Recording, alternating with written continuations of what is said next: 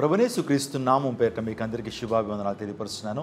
ఈ ప్రత్యేకమైన సమయంలో దేవాది దేవుడు ఒక ప్రత్యేకమైన వాగ్దానం ద్వారా మిమ్మల్ని అందరినీ ఆదరించబోతున్నాడు. నిజంగా మన దేవుడు గొప్పవాడండి. ఆయన అధిక స్తోత్రాలను పొందడానికి ఆయన అర్హుడు. ఆకాశమును భూమిని అందరి సమస్తాన్ని కలుగు చేసినటువంటి వాడు మన ప్రభు. మీరు ఆధ్యాత్మికంగా ఎదగాలని, మీ యొక్క ఆధ్యాత్మిక స్థితి రోజు రోజుకు విస్తరింప చేయబడాలని, మీరు అన్ని విషయాల్లో వర్ధిల్లాలని నేను మనసారా కోరుకుంటున్నాను.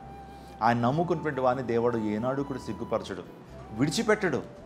మీ యొక్క సంతానాలు దీవించబడతాయి, మీ పిల్లలు ఆశీర్వదించబడతారు. నువ్వు ఎక్కడికైతే వెళుతున్నావో అక్కడ దీవెనకరంగా ప్రభు నీ జీవితాన్ని మార్చడానికైనా సముద్రం చీకటిని వెలుగుగా మారుస్తాడు. దుఃఖ దినాలని యేసు ప్రభు వారు సమాప్తం చేయగలడు. కాబట్టి విశ్వాసంతో ఈ వాగ్దానాన్ని మనందరూ కూడా ధ్యానం చేద్దాం. ఈ రోజున దేవాదేవుడు మనందరికీ ఇస్తున్న వాగ్దానము ఇర్మియా గ్రంథము 40వ అధ్యాయం 4వ వచనం. నేను నిన్ను భద్రముగా కాపాడెదను. సర్వశక్తుడైనటువంటి దేవాది దేవుడు, సకల చరాచర సృష్టిని తన నోటి మాట ద్వారా కలుగు చేసినటువంటి సర్వేశ్వరుడు, స్వయంభవుడు, దేవాది దేవుడు ఈరోజు నీకు నాకు ఇస్తున్న వాగ్దానం, నేను మిమ్మల్ని భద్రముగా కాపాడెదను. ఈరోజు ఎవరు ఈ యొక్క భరోసాను ఇవ్వగలరు? ఎవరు ఈ వాగ్దానాన్ని ఇవ్వగలుగుతారు? దేవుడు మనల్ని రక్షించేటువంటి వాడండి. దేవుని లేఖనం చెప్తుంది, ఇశ్రాయేలును కాపాడువాడు కునుకుడు నిద్రపోడు. మీరు అనుకోవచ్చేమో, ఇశ్రాయేల్ అంటే యూదా జాతి కదండి, ఇప్పుడు ఇజ్రాయెల్ దేశంలో ఉన్నటువంటి యూదులు కదా ఇశ్రాయేల్ అనుకోవచ్చు. నూతన నిబంధనలో దేవుడు మనందరినీ కూడా ఆత్మీయ ఇశ్రాయేల్గా దేవుడు చేశాడు. ఆధ్యాత్మిక ఇశ్రాయేల్గా దేవుడు మనల్ని మార్చాడు. వాస్తవానికి ఇజ్రాయేల్ అంటే మాట, యాకోబు ఆ పెనుయేలు దగ్గర దేవునితో పోరాడి గెలిచినప్పుడు, ఇక నుంచి నీ పేరు యాకోబు అని పిలువబడదు, కానీ ఇక నుంచి నువ్వు ఇజ్రాయేల్గా పిలువబడతావు. అంటే దేవునితో ఎవరైతే పోరాడి గెలుస్తారో వారి పాపం విషయంలో క్షమాపణ పొంది దేవుని విషయమైనటువంటి పోరాటం కలిగి ఉంటారో వారు ఇశ్రాయేల్ అని దేవుని లేఖనం సెలవిస్తుంది. కాబట్టి ఈరోజు మనందరూ కూడా ఇశ్రాయేలుమే. మీరు ఎక్కడ కూడా ఇశ్రాయేల్కి ఇచ్చాడు కదండి వాగ్దానం అనుకోవద్దు. ఆత్మీయంగా ఆధ్యాత్మికంగా మన యొక్క వాగ్దానాన్ని మనం కూడా స్వతంత్రించుకునేటువంటి గుంపులో మనం ఉన్నాం. నిన్ను భద్రముగా కాపాడేదను, నిన్ను భద్రముగా కాపాడేదని దేవుడు వాగ్దానం చేస్తాడు. ఇశ్రాయేల్ని కాపాడువాడు కునుకడు నిద్రపోడు. అవును, మన దేవుడు కునికేసేటువంటి వాడు కాదు, నిద్రపోయేటువంటి వాడు కాదు. ఆయన మనల్ని రక్షించడానికి ఎల్లప్పుడూ కూడా సంసిద్ధుడిగా ఉండేటువంటి వాడు. మనల్ని కాపాడడానికి ఆయన ఎల్లప్పుడూ కూడా సంసిద్ధుడిగా ఉండేటువంటి వాడు. ఆయన రక్షింప నేరకున్నట్లే యెహోవా హస్తము కురచ కాలేదు, విన నేరకున్నట్లు అన్ని చెవులు మందం కాలేదని దేవుని లేఖనాలు స్పష్టంగా తెలియజేస్తున్నాయి.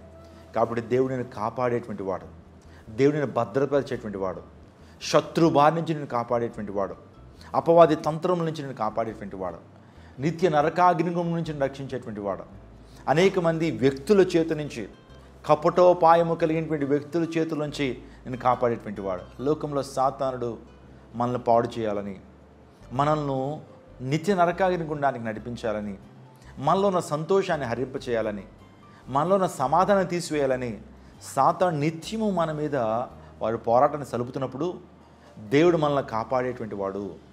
నిజంగా మన రాకపోకలను యెహోవా నిన్ను కాపాడుననే దేవుని లేఖనాలు మనకు తెలుసు. అవును, ఈరోజున ఎక్కడ చూసినా క్షేమం లేదు, భద్రత లేదు. ఎక్కడ చూసినా భయంకరమైన యాక్సిడెంట్లు, భయంకరమైన ప్రమాదాలు, ప్రకృతి వైపరీత్యాలు. సమాజంలో, ప్రపంచంలో భద్రత లేనటువంటి ఈ యొక్క భూమి మీద దేవాది దేవుడు నీకు నాకు భద్రతనిచ్చేటువంటి వాడు, మనల్ని కాపాడేటువంటి వాడు. ప్రాముఖ్యంగా మనిషి పాపం అనే నదిలో కొట్టుకుని వెళ్ళిపోతున్నాడు. ఆ నదిలో కొట్టుకుని వెళ్ళిపోతున్నటువంటి వ్యక్తికి రక్షక నామధేయుడిగా ప్రభు ఈ లోకానికి వచ్చి రక్షణ అందించాడు. నిత్య నరకాగ్ని గుండానికి మన పాత్రలుగా ఉన్నప్పుడు దేవాదేవుడు తన రక్షణ భాగ్యాన్ని మనకు కలుగు చేశాడు. కాబట్టి భయపడొద్దు, చింతించవద్దు. మన జీవితంలో మనం రక్షించేటువంటి వాడు. ఇశ్రాయేలీలు ఎర్ర సముద్రం దగ్గరికి వచ్చినటువంటి పరిస్థితి మనకు తెలుసు. ముందేమో ఎర్ర సముద్రం ఉంది, వెనకాలేమో ఫరో సైన్యం ఉంది. ఇటుప్రక్క భయంకరమైనటువంటి కొండలు, పర్వతాలు ఉన్నాయి. ఎటు వెళ్లాలో తెలియని పరిస్థితి ఇశ్రాయేలీలది. నిజంగా ఫరో వెనకాల శ్రేష్టమైన రథాలు వేసుకొస్తున్నాడు. భయం, ఆందోళన, ఎటు వెళ్లాలో తెలియనటువంటి ఆ దిక్కు తోచని పరిస్థితి ఇశ్రాయేలీలది. ఆ టైంలో ప్రభువు మీద ఆనుకున్నారు, ప్రభువుని గోజాడారు, ప్రభువు ఎడల విశ్వాసాన్ని కనుపరిచారు, ప్రార్థించారు. ఆ ప్రార్థన ద్వారా దేవాదేవుడు ఎర్ర సముద్రాన్నే 2 పాయలుగా చేశాడు. ఈరోజు మన జీవితాల్లో కూడా ఆయన మనల్ని కాపాడేటువంటి వాడు. నీ జీవితంలో దేవుడు నిన్ను కాపాడి ముందుకు నడిపించేటువంటి వాడు. భయపడొద్దు, దిగులు చెందొద్దు, జడియొద్దు. ప్రభు నీకు తోడుగా ఉన్నాడు. నీకు ముందుగా నేను నడుస్తున్నాను దేవుడు వాగ్దానం చేస్తున్నాడు. కాబట్టి ఈ వాగ్దానాన్ని కూడా ఎత్తిపట్టి ప్రార్థన చేయండి. దేవుడు ఈ వాగ్దానాన్ని మీ జీవితంలో ప్రత్యేకంగా నెరవేర్చాలని దైవజనుడిగా మనసారా కోరుకుంటున్నాను. ధైర్యంగా ముందుకు వెళ్దాం. మరి ఏదైతే పని తలపెడుతున్నారో ఆ పని విషయంలో ధైర్యంగా ముందుకు వెళ్ళిన ప్రభు నీ తోడున్నాడు. ఒకవేళ ఆయన తోడు నాకు లేకపోతే ఏనాడో మరణించేటువంటి వాడిని అండి. ఆయనను కాపాడకపోతే ఏనాడు కూడా ఈ జీవితాన్ని ముగించేసేటువంటి వాడిని. అనేకమైన యాక్సిడెంట్ల బారి నుంచి దేవుడు నన్ను కాపాడాడు.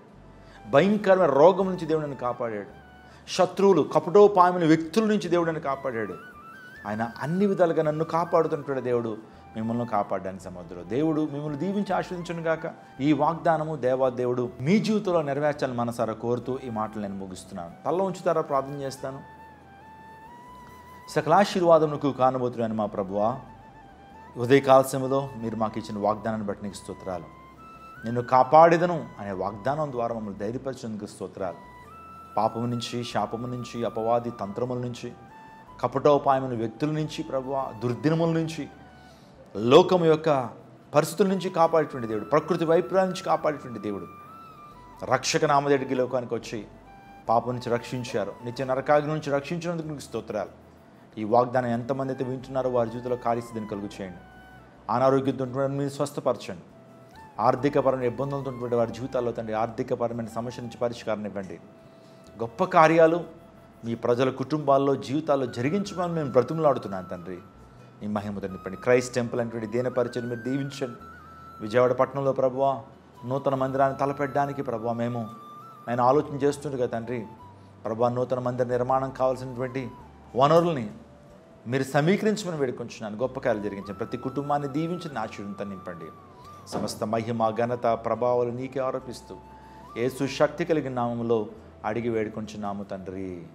ఆమేన్, ఆమేన్. God bless you. ఇంకా ఈ ఛానల్ మీరు సబ్స్క్రైబ్ చేసుకోకపోతే సబ్స్క్రైబ్ చేసుకోండి. ఇప్పటికే 6 లక్షలకు పైగా ప్రజలు ఈ యొక్క వీడియోలు చూస్తూ దీవెన పొందుతున్నారు. మీరు కూడా దీవెన పొందండి, ప్రార్థించండి. మేము మీకోసం ప్రార్థించండి. మేము ఎల్లప్పుడూ కూడా మీ సిద్ధంగా ఉన్నాం.